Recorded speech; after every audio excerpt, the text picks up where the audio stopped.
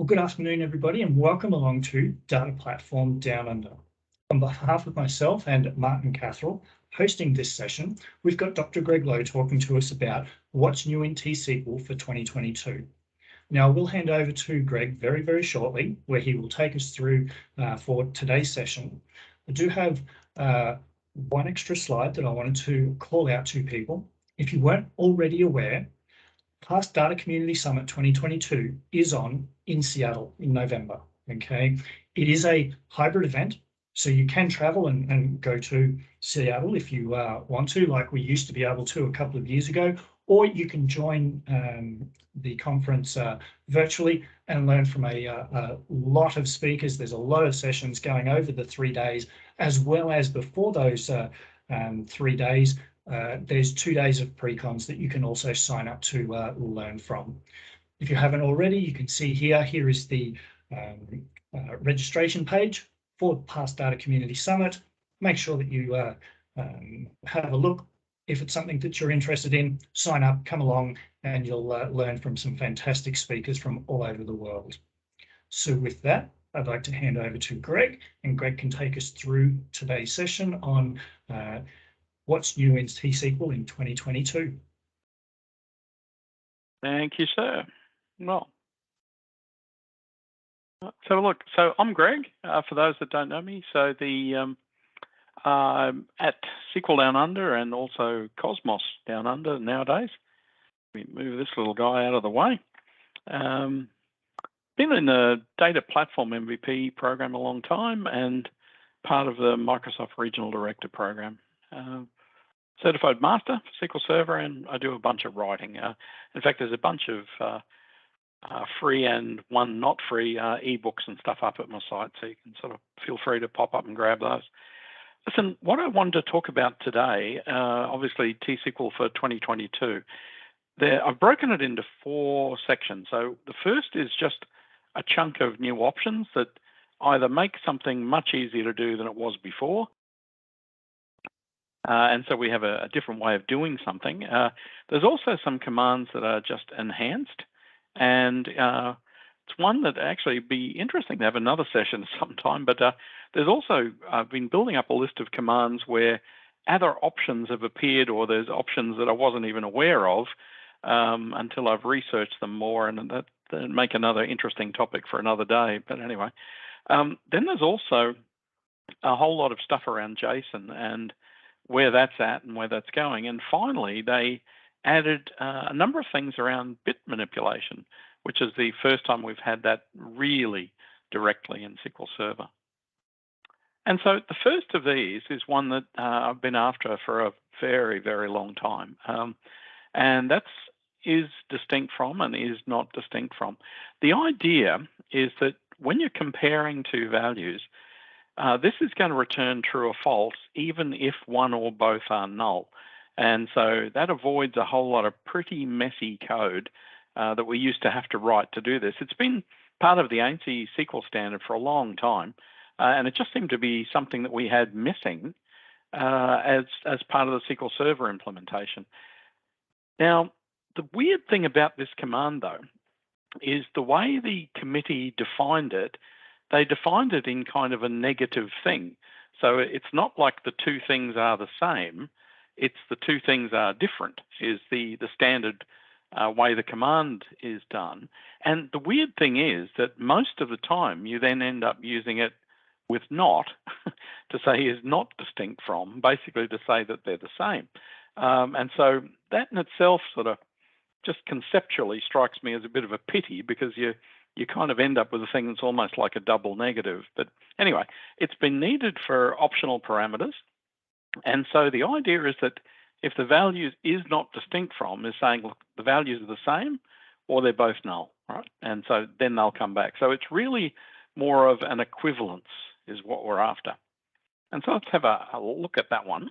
So I've got a table here just called sales stock items. And note there's a color in here, sometimes null, sometimes got a color. These are ones I just dragged out of the Wide World Importers database I made. And so if I had some code, imagine that's a parameter to a proc or something. So if I say, look, give me all the ones that are blue, then, no surprise, where color is color works fine. But of course, if that had been null, the issue is, well, nothing comes back, of course, because we needed to say where color is null. So we can't just sort of say equals. And so what a lot of people do instead is they end up doing something like this, where they'll use is null, or they'll use coalesce or something like that. And they'll say, look, where is null, if it's color, make it blank, otherwise compared to the parameter. And look, that'll work, right? The problem is it's not logically equivalent. So whatever you put here, you can now no longer distinguish from the value being null. And it might be, color might be the one where you might do that, but there's plenty of columns where there's a difference between knowing that something is an empty string and it not having a value at all.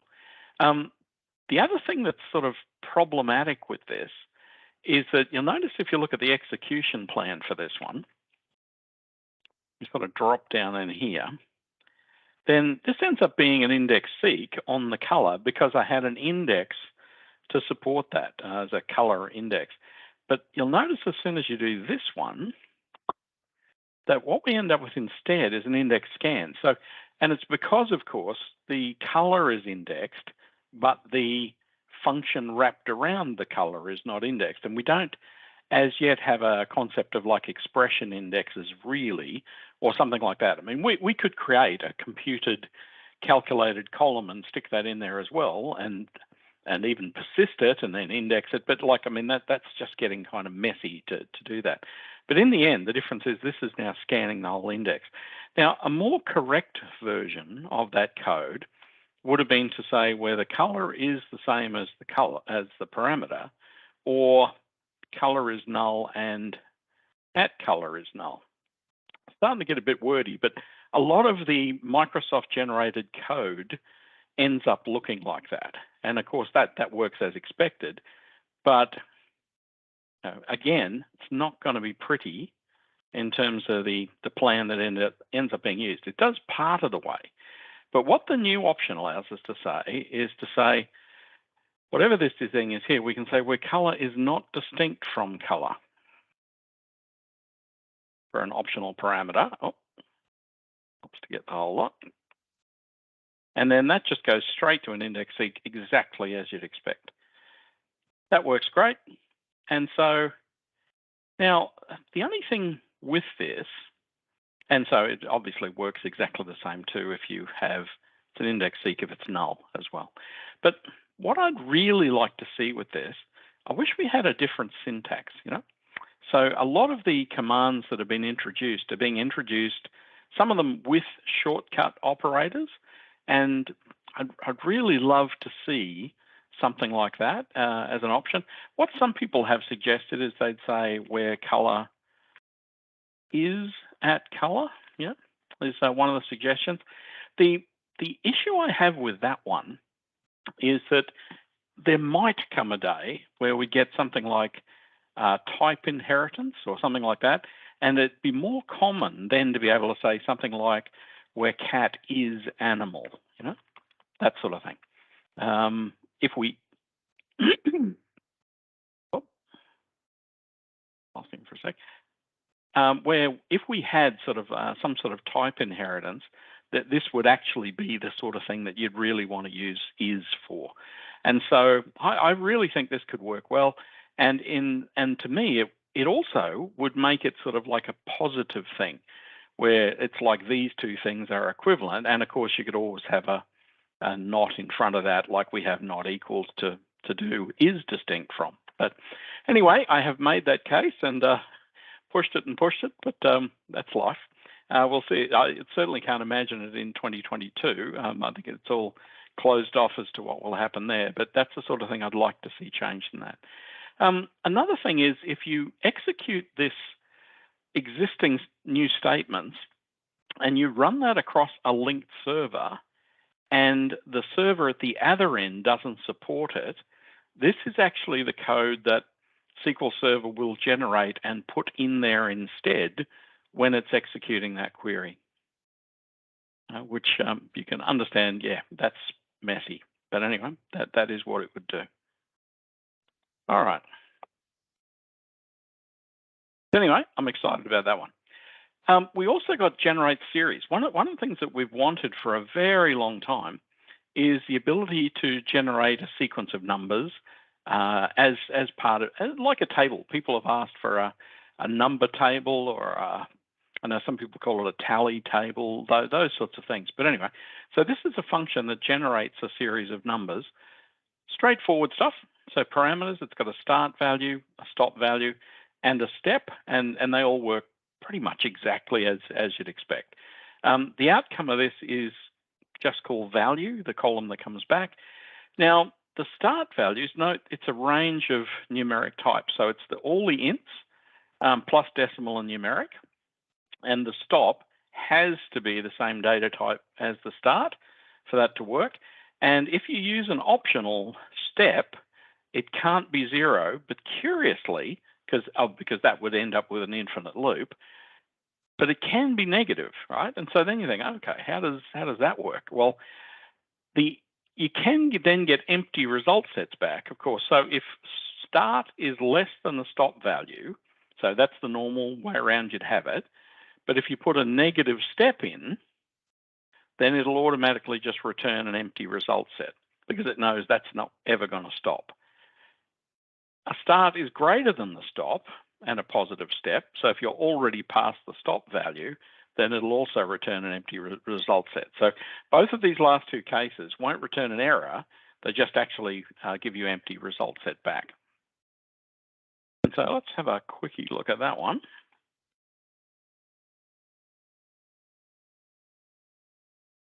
So the simplest case, if I just want like a for loop from 1 to 10, so this is generate series 1 to 10. When they first released this in the earlier CTPs, you'll find that it didn't work like a normal function, and you had to use named parameters in here. You had to actually go start equals, stop equals, and so on. And everybody complained about that. And that's a really good example of Microsoft listening because they fixed that, right? And so before it's been released, which is really good. If you add a step, so if I say 1 to 10 step 4, exactly as you'd expect. One of the things I like with this though is, so notice I wrap this in a CTE, say give me 1,000 values there, and then I say look, just select from that. And if I look at the query plan back from that, notice that if I hover over here, it's got the estimate of 1,000 rows, right? So this is a world of goodness because far too many of these functions, now when you do this sort of thing, come back with a fixed cardinality estimate like 50, or some of them come back with 10,000 and so on. This is really good that it pays attention to that. If you try and use data types that don't play the game, even though they're numeric, so notice all the input parameters have to be the same type and tells you the supporteds there. But then it's telling me that int is incompatible with void. Curious message anyway. And you're America, so it's actually decided for the 3 of those that ends up needing to be a void. And then what it complains is each of them doesn't match it. But the bottom line is it's saying you need to have those data types the same. But notice if I then put a .0 in there, then the decimal ones and stuff will work exactly as you'd expect.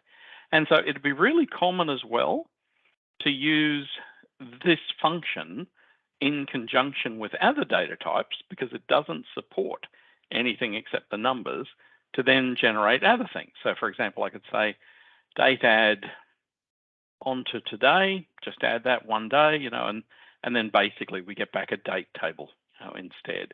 Or I could say, look, add the value -1 onto the ASCII of A, give me back a table of the alphabet, so on.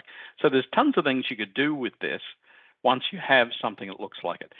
The other most common scenario that it's used for are things like islands and gaps. So if I have a whole series of potential values, then I've got a whole series of values that have been used, I can easily use this sort of thing to find the missing values much, much easier than how you'd normally do that in relational SQL. All right. Okay, so next one in this list is date trunc. which truncates a date or date-related value to whatever date part you specify. This is really common in data warehouses. So if I'm loading up something that's going to go into a tabular model, they always tell you if you have date and time values, the first thing you want to do is break the dates and the times separate. And the other thing you want to always think about is what's the granularity of the time component that you're putting into the database, because you want it to have as low a cardinality as you can. And so many systems that are, say, a tabular database, that they're really more strategic in nature. And so knowing the second that something happened, or worse, the millisecond, and certainly not the nanosecond, that something happened is not useful most of the time. So the vast majority of systems I tend to build today, we tend to have an hour and a minute. It's rare that we even go down to a second. We might, right? It might happen. But in a lot of those, and it drastically cuts the size of the tabular models. The problem is that before it was a bit messy to do that truncation. And so the date part that they use is the standard date parts that we already have in the other date-related functions, and the abbreviations work. So M works instead of month and so on. But I prefer never to use those. That's just a personal thing. I don't like having someone guess, does M mean, month or minute or millisecond or whatever, just write month. It produces a lot better code. And the date-related value that can go into this can be small date time, date time 2, and date time offset. Right.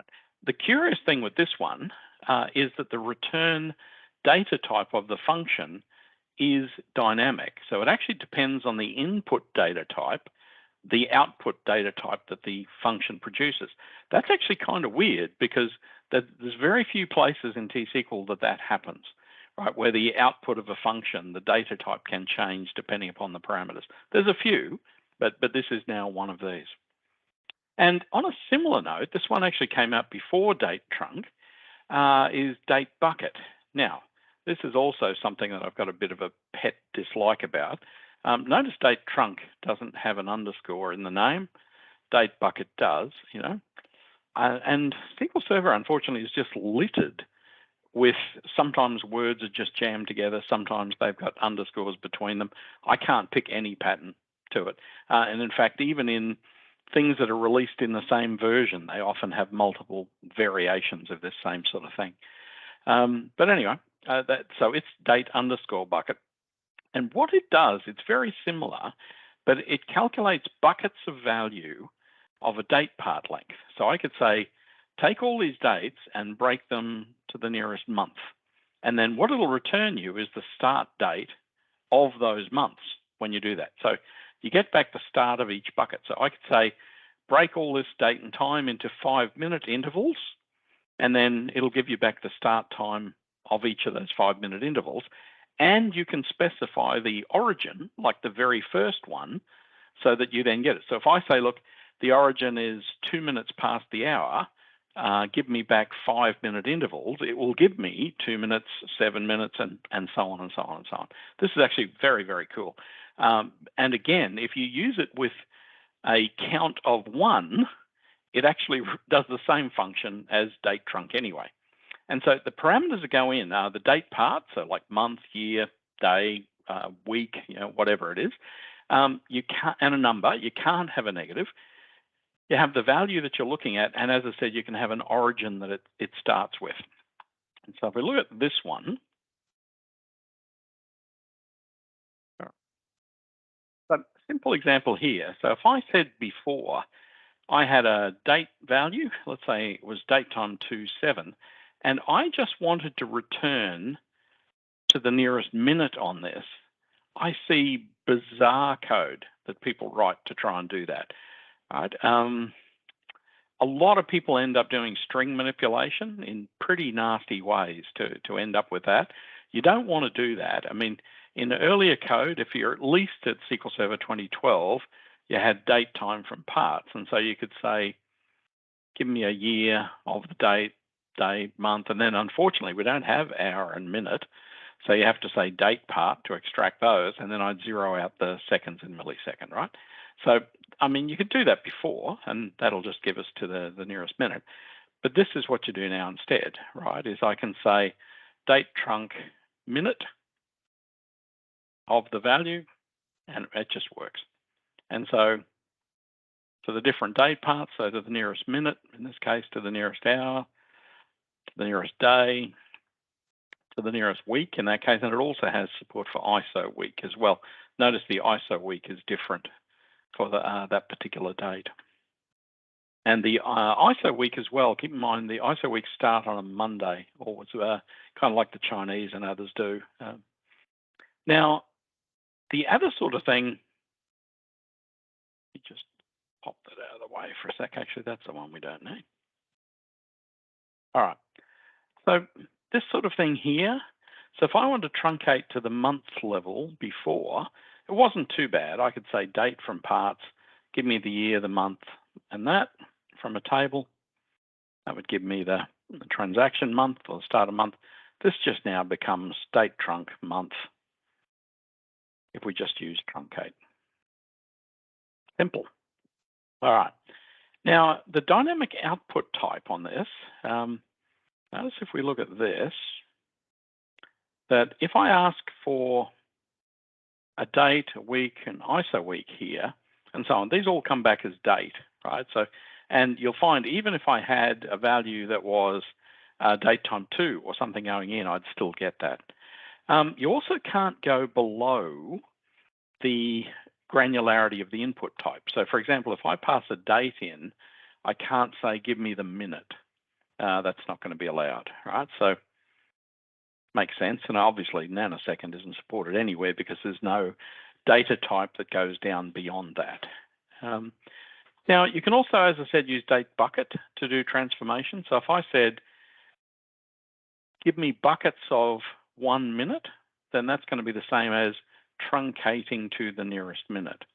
And so that works exactly as expected. So for minute, day, week, and hour. The other thing, notice this one's interesting too. ISO week isn't supported here. And that's because of the way the origin works. So if you try and say, look, I want to use ISO week, then it says, hey, that doesn't work for date bucket, but it does work for date trunc, right? Which is interesting. But again, it's because if you had an origin in here with date bucket, I don't think they'd know how to handle it because you might give it an origin which is not the first day of the week of an ISO week. So I think they just went, no, not going to do that one. Okay. Now, we can, as I said, we can also set an origin though. So if I said date bucket here,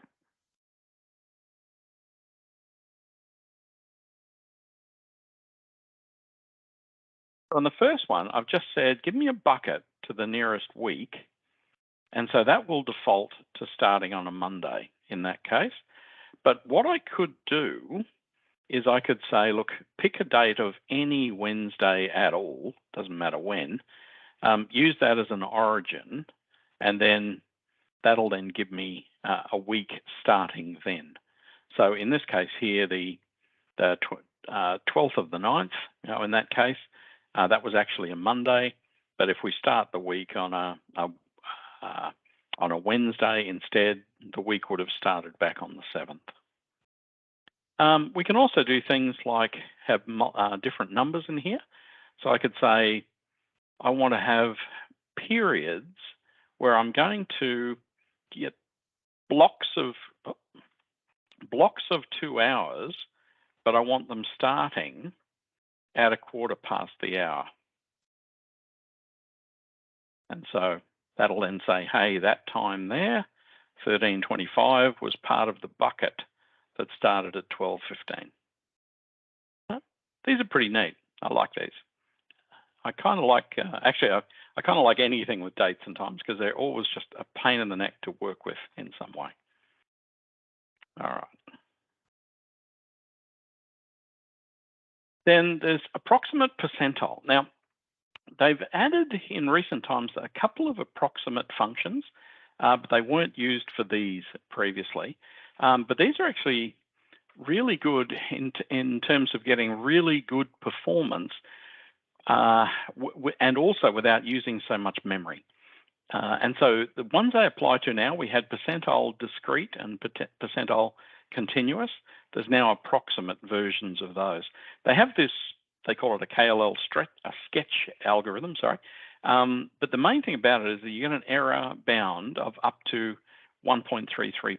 And so it's still pretty close, but it's an approximate value instead. Let's quickly show you that. And so these ones here, so the typical use of these, if I said, I've got this table of test results, let me show you that.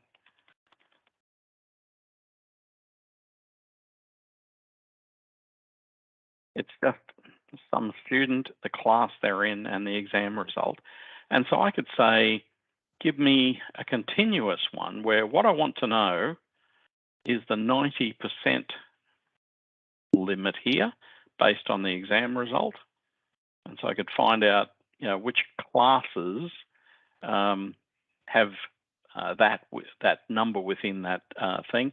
And what this is showing me, curiously, that looks like adding up numbers, but anyway, what this is showing me is what is the 90% mark out of the exam results for everybody in that class. And so the difference between the two, the continuous one says, pick what the value would be, even if no one has that value. And so that's the continuous one that's interpolated.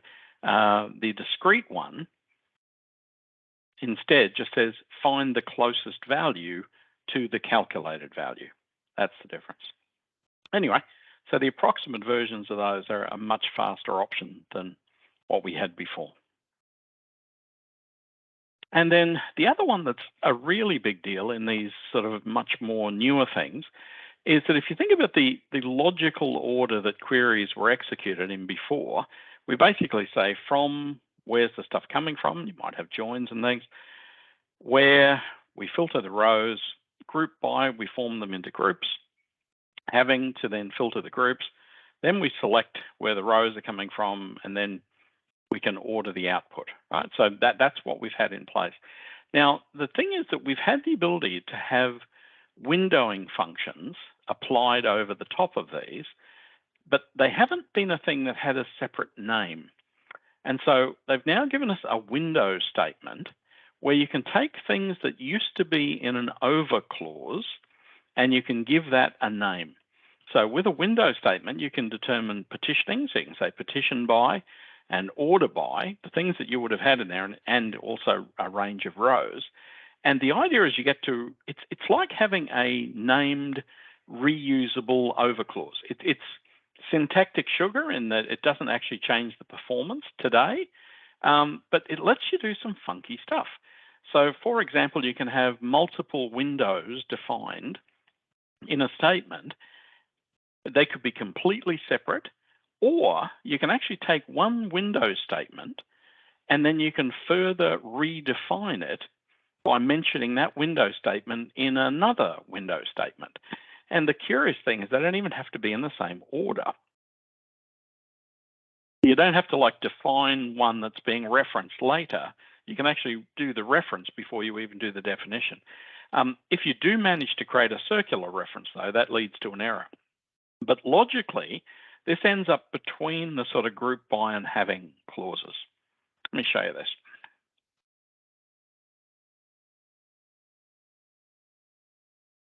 So where we have an existing over clause, so if I say just something like row number, one of the existing window functions, and then say over order by stock item, no problem. It's just give me a number coming out here, but that's the order by stock item by the name, actually, in this case. But we're outputting by stock item ID, so that's why the numbers are like that. But what we could do is rearrange that query where we could say this instead.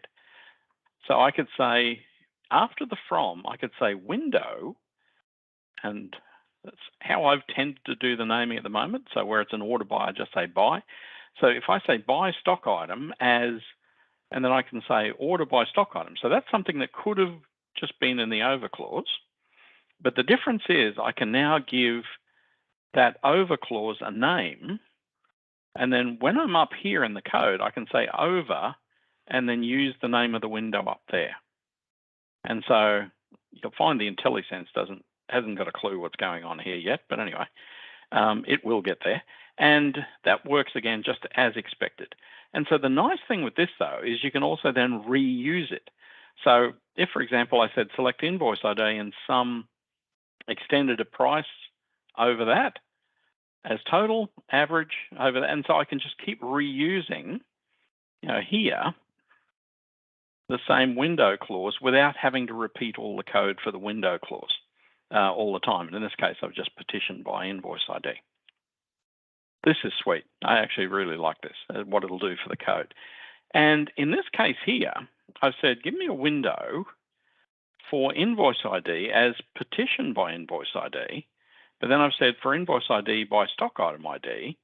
And so I've taken the name of that window, then reused it in here, and then added an order by onto the end of that. And so I've used one up here for the total price, one for the stock item order, and so on. And this stuff, the nice thing about this, though, is it allows you to build the windows in a separate list down here, and then use them all over the place in your code up the top. And as I said, notice in IntelliSense has no idea what's going on. But the other thing, as I said, that's kind of curious with this is if I take that out, put that there, and so reference it before I even mention it,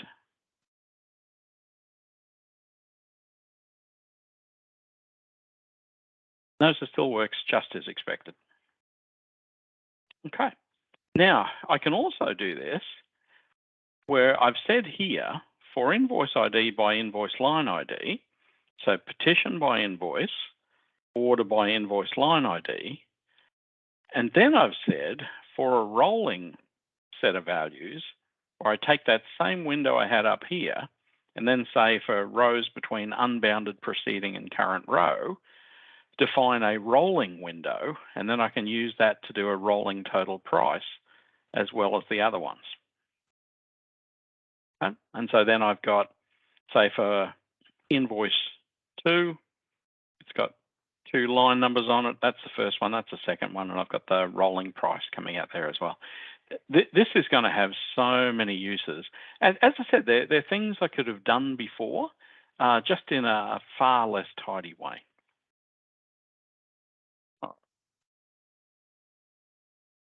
Now, next one, there's a few areas that are just straight out enhancements. And so the first of these are greatest and least. So a bit like we have max gives us the maximum value of a set of of a column out of a table. But we've often wanted to do, give me the biggest value out of a set of columns in a row rather than down the table. And so this can be values or expressions, still ignores null, exactly as you'd expect with an aggregate. Lets you have up to 254 things in the list, and it will implicitly cast the values to the highest precedence thing that's in the list, so they don't all have to be the same type, before it does the comparison. And there's also a least that returns us the min value. All the types have to be comparable, for example, so things like the spatial types are not comparable and so on, and doesn't work with max types if you have more than 8,000 bytes in them. That, to me, is the biggest limitation on this one. Anyway, let me show you that.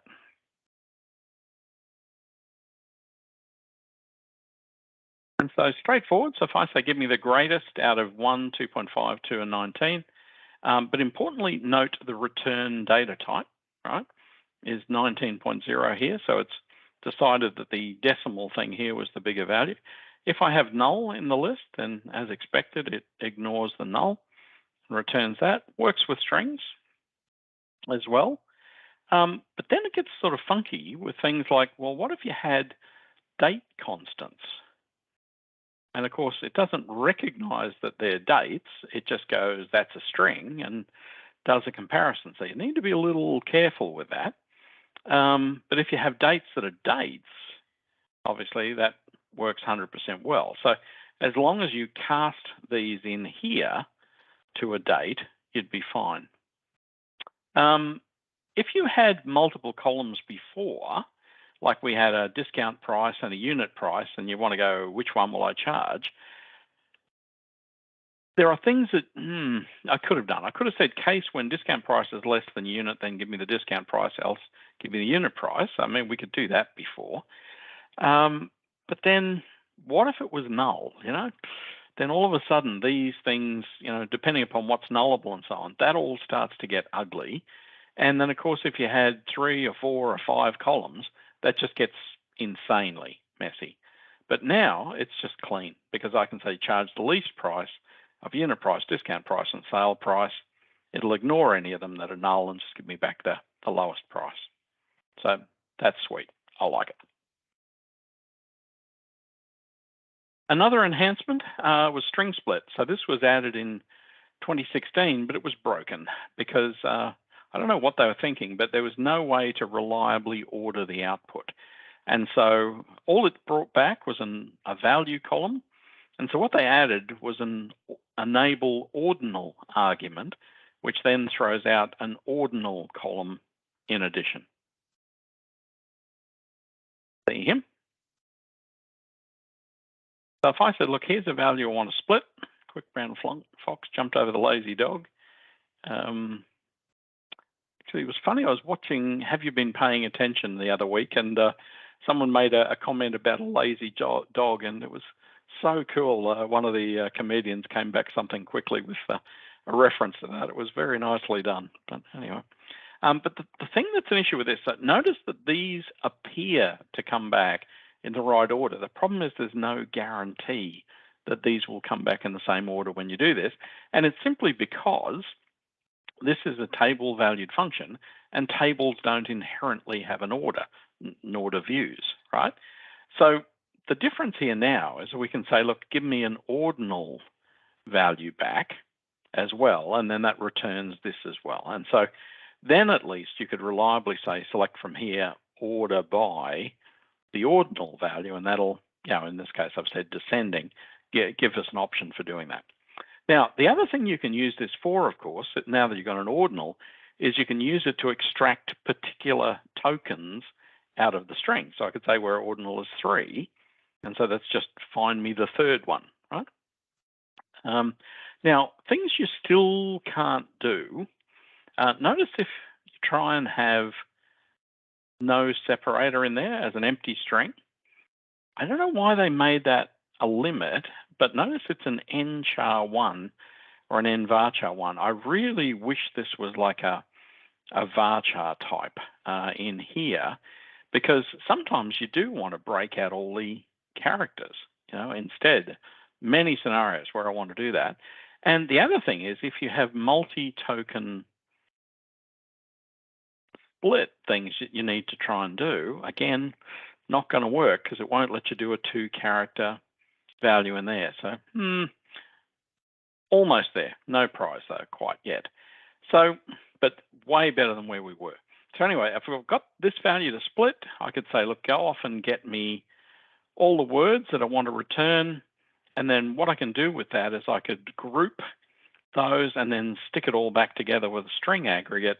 So if I wanted to do something like get all the words, remove all the duplicate words, and then put it back in order, in the same order that they were in the first place, all of a sudden these sort of things are straightforward to do.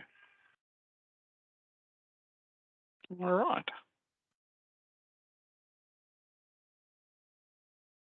Now, one that has surprised a few people, they extended trim, rtrim, and ltrim. So, I mean, trim was added in 2017. It trims the spaces from the beginning and end. And most of us will have long, painful memories of endlessly writing ltrim, rtrim. I think I had a keyboard macro for that at one point, because it was just something you had to do all the time. I don't know why they didn't have a trim in the first place. But anyway, what it now has, though, is an additional list of characters that can be removed. Now, this is kind of cool.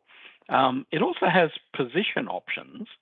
So if you use trim, you can say leading characters you want to trim only or trailing. Okay, I mean, or both, which is the default. That doesn't particularly add any value to me, but apparently that's part of a standard that they wanted to implement. And the same character list options that you can use in trim, you can now apply to ltrim and rtrim as well. So look at him. So previous usage, if I have a string like this, I'll just stick an arrow on each end of it so we can see the trim value. So we just trim as you expect. What we can now do is we can specify leading spaces from value to trim, or trailing, or both. So that's the syntax for that. And again, lots of squiggles because the IntelliSense isn't there yet. But notice, remove the leading, remove the trailing, remove both. But it's much more interesting if you have a list of characters. So for example, if I have a thing with spaces there, and a bunch of asterisks and a dollar sign and so on, I can say, look, give me back asterisk, dollar, and space removed from the value. But only again at each end. And I get back my 235. Perfect. What I also can do is there are a list of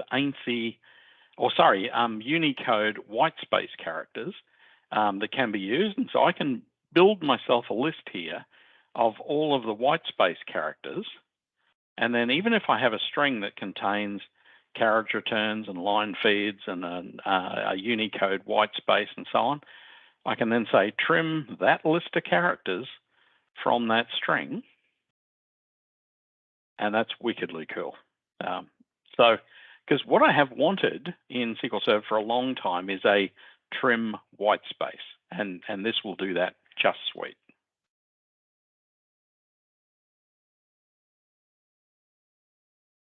Alrighty. Now, there are also some of the window functions that were problematic before if they had null values. So let's say I had a list of values saying, find me the first value in a range, let's say a window of values per customer. But the problem is that sometimes the first value, for example, might be null. And so what you really want is, here's the window, but I want the first value that isn't null. And so they've now fixed that. So we've now got an ignore nulls option, and that's been applied to first value, last value, lag, and lead. And the default is respect nulls, which you don't need to specify because that's the default. But if we look at that one, in this case here, I've said find me the first color over partition by unit price, and I've said where there is at least one value that has a color for that unit price. And so the problem there is that I get back white, but sometimes I get null because the first entry had a null color for that unit price. And so the difference now is I can say ignore nulls, exactly the same query as before, and you'll find that will always return a value because we get the first ones. Cool. Alrighty, so a few more things. Next one's JSON. And so we've had a bit of love for JSON since SQL Server 2017. In fact, all I can suggest to you is that there'll be more and more and more JSON in the product in various ways as the years go on. And so, look, it's everywhere. As I said, it'll be more prevalent. What we got in SQL Server 2017 is we got JSON value. So it says, take a chunk of JSON and a path and give me back the value from that location. We had JSON query, which says, go and query a bunch of JSON and return me back the JSON at that point. We had open JSON that goes down to a path and returns a table that you could then query, usually with JSON value and JSON query. And we also had for JSON, which takes a SQL query and returns a result back as JSON. So that's all pretty good. Now, the thing about it, though, is it's almost the same as what we had with XML, except what we didn't have was a JSON data type. And so that's the kind of curious thing here. And so it was interesting, like we actually had XML functionality before we had an XML data type. And people mightn't remember that, but it's one of the reasons why, if you look at the for XML statement, if you have a subquery that returns XML, the problem at the time was that there was no XML data type, so it just returned nvarchar. And so they added a parameter later, a type parameter, which said, I really meant JSON. I really meant XML when I asked for XML. And you go, okay, all right. I'm wondering if they're going to have to do the same thing if they ever add a JSON data type, because we've got all these things that deal with JSON without having the type, particularly things like for JSON. Now, whether we'll get a type or not, that's obviously way up in the air. So those sort of things. And up until now, I would have almost said it's still probably even unlikely. The argument in 2017 is that we don't need it. And the problem with adding a type nowadays is that you've got all the work you have to do with the client libraries, and it has major flow-on effects when you add a data type. So you'll notice we haven't actually had data types added in quite a long time. Anyway, so couple of things I've added. So first up, we now have isJSON. So it tests if the value is IETF conformant JSON, and it can optionally say, kind of like you can do a schema check on XML, you can say, is this a value, is this an array, is this an object, or is this a scalar value? What it doesn't do is it doesn't check things like, are the keys unique? So there's still some things that could potentially go wrong there. But overall, it's pretty good, the isJSON. It has a default where if you send null in, it sends null back out regardless. So that doesn't fail. So you don't get true or false, you get null back in that case. They also had a scenario where if you have a property in JSON where the path doesn't exist, you'd get back null. But if the path exists and it had a specified value of null, which is kind of a bit weird, but anyway, it's a thing you can do in JSON, then either way you get null back. But the problem is you don't know which one occurred. And so what they've now given us is a function that checks to see if the path exists. And so that also returns null on null input. And so anyway, let's have a look at that one. So here, so a couple of things I can do. So one thing I wanted to mention is just the is function. So notice we've had isDate, isNumeric, stuff like that. And I see people using these all the time, and I just want to encourage you not to. let me show you.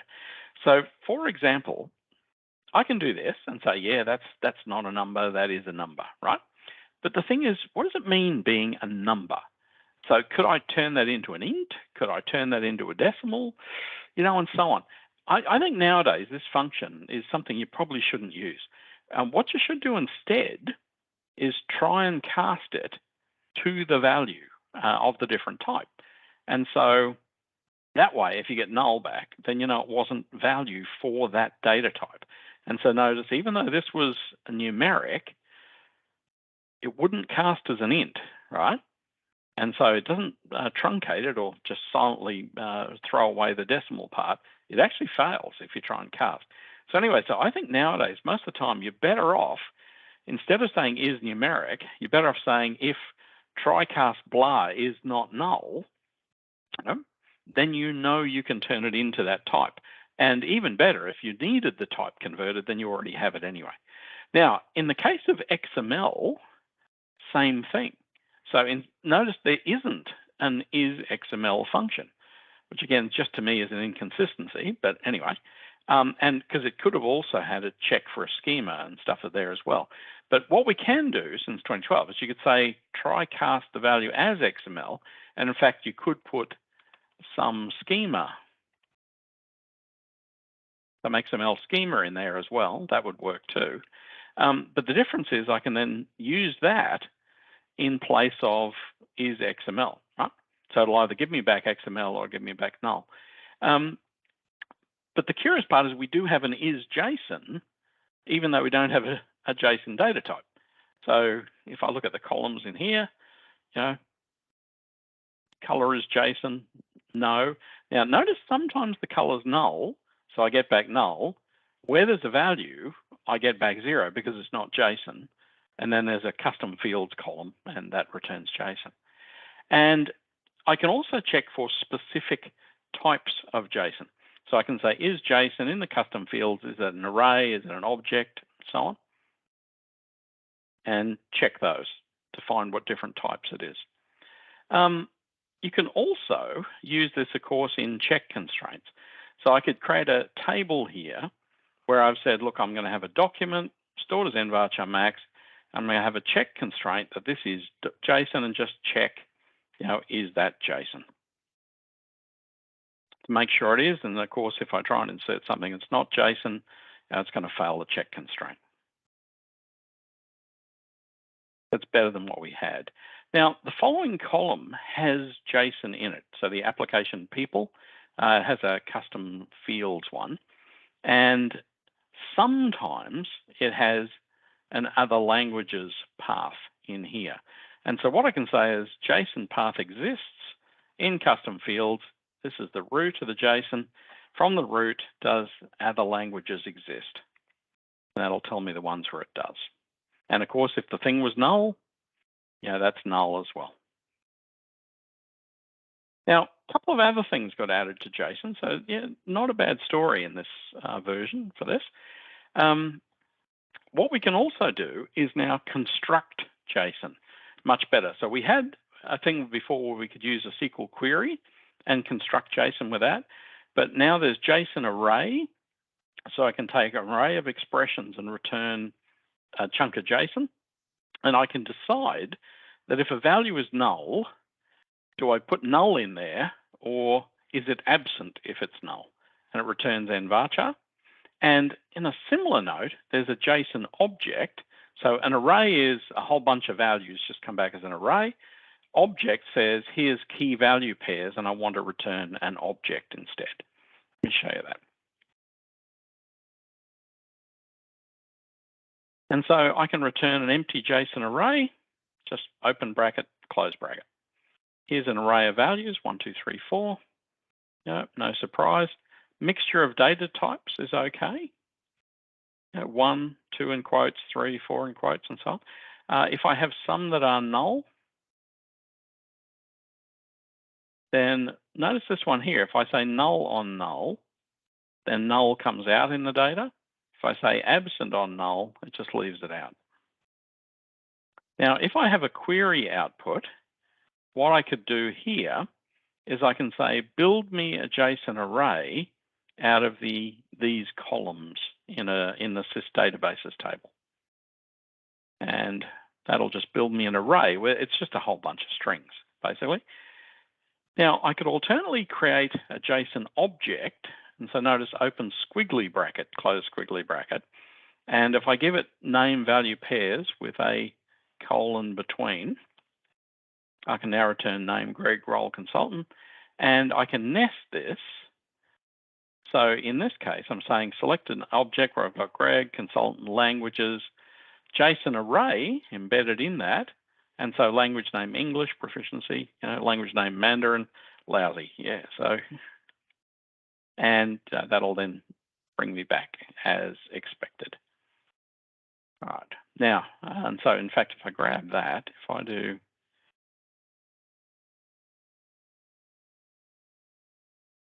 hello.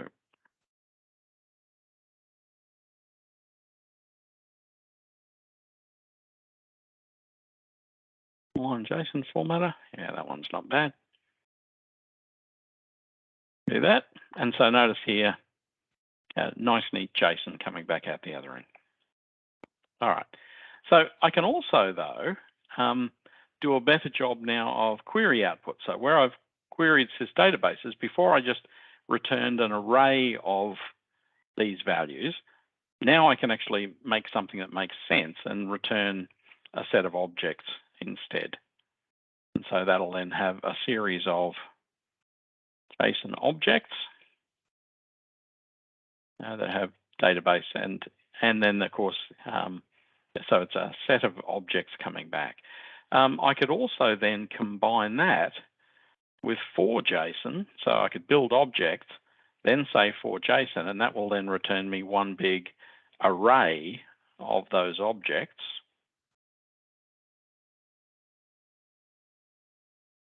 And then I get back an array, and here's all my databases and so on.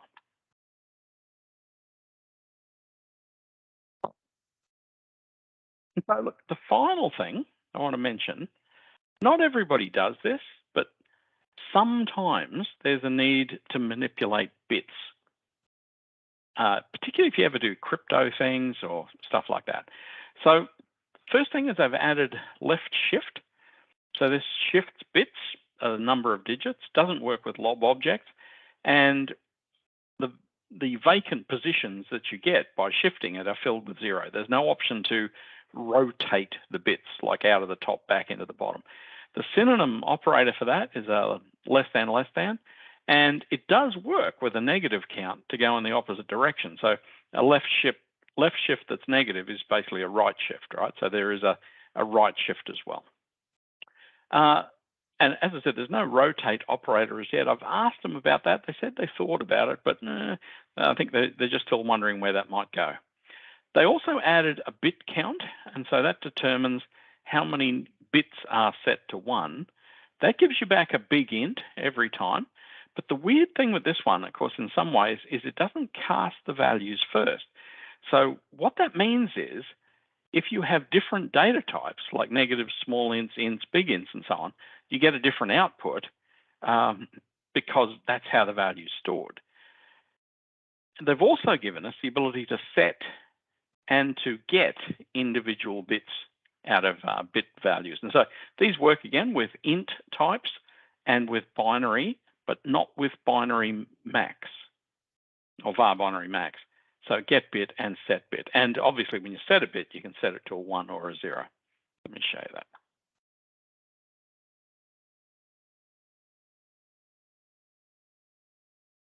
So if I take this value here, which is a 5, and shift it 2, then of course all I'm doing is multiplying it by 4, right?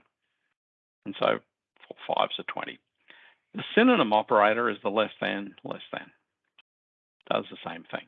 If I count the bits in that, I get back 2. No surprise, because that's what I've got. All right, but of course if I have negative values, then what I'm going to end up with, if it's a -5, I'm going to end up with everything being a 1 except for 1 bit. And so if I've got a small int, because there's 16 values, I'm going to have 15. If it's an int, I'm going to get 31. If it's a big int, I'm going to get 63. So the data type does matter for this. Now, set bit, again, into a value. This is then the position and the value you want to set it to. But notice it's out of range here, even though it's an int, because it says the value, the ranges are 0 to 31. This annoyed me. Even though it's how you normally work with bits, the thing is every other array in SQL Server is 1 based. So these ones are now 0 based. Anyway, just decide if that makes sense to you or not. And so I can set a bit, no problem. And of course I can get, give me bit 23 out of a -1, which will just be a 1, and so on. So look, that brings us to, look, T-SQL is still evolving. I've seen a lot of people think it was done or over or something. It's not. It's still a really valuable skill to have in the marketplace, and 2022 does add interesting options. An important thing to stress, though, is that Azure SQL DB is the early adopter place for all of this stuff. And so I've been using like greatest and least and functions like this for ages in production Azure SQL DB code, because it's been in there and running for ages. So if you want to get to use these things like really, really early on, this is the best place to be, is in Azure SQL DB and in some cases in MI. It's a long time later by the time you're waiting for it to appear in box product or on-premises product. Anyway, and a lot more coming. So look, thanks for your time. Leave link there just as to, you can get hold of me at greg@sqldownunder.com. I've got a bunch of free stuff sitting up there at sqldownunder.com, free stuff. My blog's at blog.greglow.com, and our trainings at training.sqldownunder.com. Thanks, Greg. Thanks for a fantastic session. If anybody does have any questions, nobody's put any in the chat window. Feel free to either put them in the chat window, put your hand up, or bring yourself off of mute, and you can ask Greg your questions directly, just like you would in a in-person event, which is what we try and make these as close to as possible. Yeah, it's pretty full on. I didn't know how long that'd take, actually, so it was interesting. And anyway, so long gone are the days when there was nothing to talk about with T-SQL. So all good. Hi, Greg. It's Bernard here. Hey, Bernard. Hi. I really love the generate series with date buckets and date truncates to generate numbers tables and calendar tables, and it just simplifies it.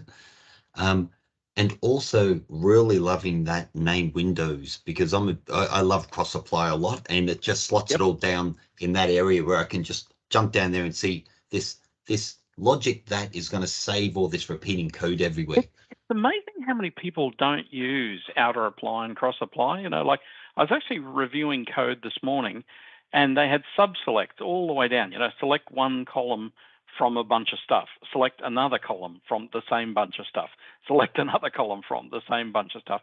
And you know, if you just stuck one outer apply down the bottom and retrieved all the columns, you could just use them all through. And it's just going to run so much faster as well, because you know it's just going to optimize far better. Yeah, and I take the aim, and I'm working with Martin Catherall at the moment, that I'm super lazy with my code, so I wanted to write the least amount of code. So that's why I'm a fan of the apply operator. It removes it. So thanks for that. All good. Thanks, Bernard. I think I'll ask a question, if that's all right. Seeing as Bernard's just alluded to my code being crap. I mean, just generally speaking, I've been doing a lot of work with Synapse lately, and one of the things that I thought early on was, I can just pick this SQL stuff up and put it in Synapse, and it's not the same. No, not even close. Yeah. I mean, do you ever see that we might get parity, or I don't know, more parity? There's a lot of stuff that just does not work in Synapse. Yeah, at the moment they're on very different, directions, the way they're being built. In fact, there's only one thing in Synapse that I don't have in Azure SQL DB and stuff at the moment that I wish I did have, is that when I use Open Row Set, I can use that to retrieve, like, let's say, the contents of a file in a storage account. But what I cannot retrieve directly in that is the list of files that are there in the first place to load. And so that's like a really, whereas in Synapse, there's actually a path option you can use in Open Row Set, where what happens is as you retrieve a file, you can use a wildcard, and then one of the columns that's added into Open Row Set when it returns is the name of the file. Right. Okay. And so that's actually really cool. I do not understand why they've not added that to Azure SQL DB as yet, right? But apart from that, every time I do stuff in Synapse, I spend my life, by comparison, just trying to think of other ways to do things that I'm used to doing, in Azure SQL DB that just work. Yeah. So. Yeah. No, I agree. All right. No, thanks for your comments there, Greg. Good stuff. So, Greg, Mike's put a comment in chat. One saying how much he loves the data trunk stuff, and that he spent a lot of time using date add, etc. Yep. And loves the date trunk and agrees that it's much neater and nicer. Do you know if it has an impact with the execution plans being generated? That's still being worked on for this version. The story that you don't want to hear is that date bucket works better with the optimizer for truncating than date trunk right now. So I'm hoping that will change prior to release. So I guess, Mike, stay tuned. We still have time for. There is still time for 2022. Only for subtle, exactly when it's coming only out, subtle fixes and stuff at this stage. Yeah, yes. Yeah. Usually, I mean, once they get to RC0, it's basically feature complete, right? So. And